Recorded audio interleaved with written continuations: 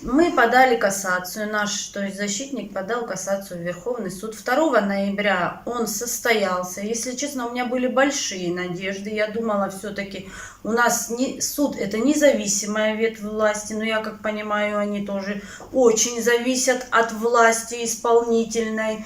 Вот. И наше решение почему-то, решение Гагарского суда, вернее, оставили в силе, хотя на 99% я думала, что его отменят.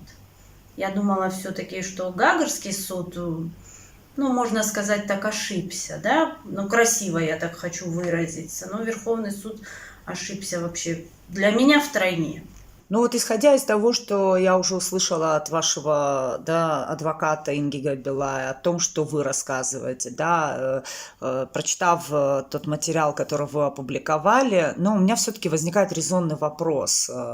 Ну вот, насколько это все неспроста и чего от вас могут хотеть? Ну, вы знаете, я, например, я убеждена, что это неспроста. Я думаю, что это заказ.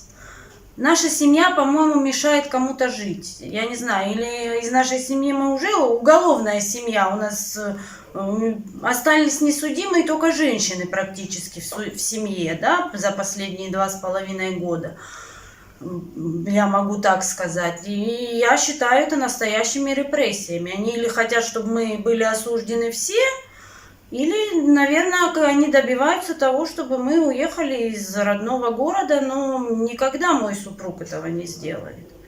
Кто там хочет добиться, пусть добивается. Никогда мы не уедем. Он в 17 лет пришел, бросил в Москве институт, хотя я чуть-чуть к его биографии вернусь. Парень был очень перспективный, учился хорошо, практически на золотую медаль закончил, школу закончил. У него музыкальное образование есть, да, поступил сам в университет в Москве своими мозгами.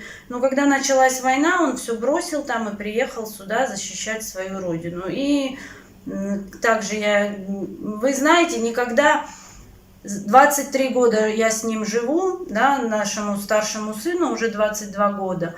23 года я живу, никогда он не кичился, да, своими наградами. Но вот в этой истории нам пришлось это сделать, потому что это уже просто переходит все грани, все рамки и законы, я не знаю, Республики Абхазия, Конституции Абхазия, там такой бред. Я не юрист, я и то понимаю, что это просто, это фабрикация какого-то дела, понимаете, которое вот, я не удивлюсь, если оно еще будет сфабриковано, я вам честно говорю.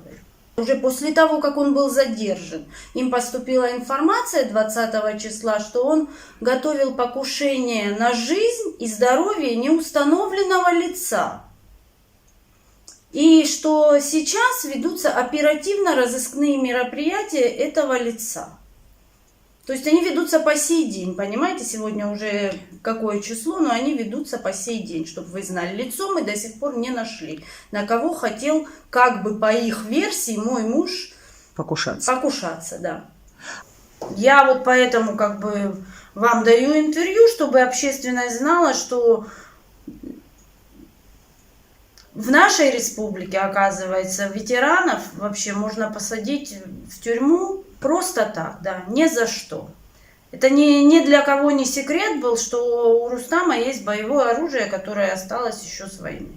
Это действительно был не секрет. То есть ничего фактически нового не было, все знали, но просто именно сейчас использовали это. Именно сейчас использовали, да, чтобы, я скажу, может, неграмотно, да, не как юрист, чтобы спрятать его за решетку. Кому-то он очень сильно мешает. Я догадываюсь, кому.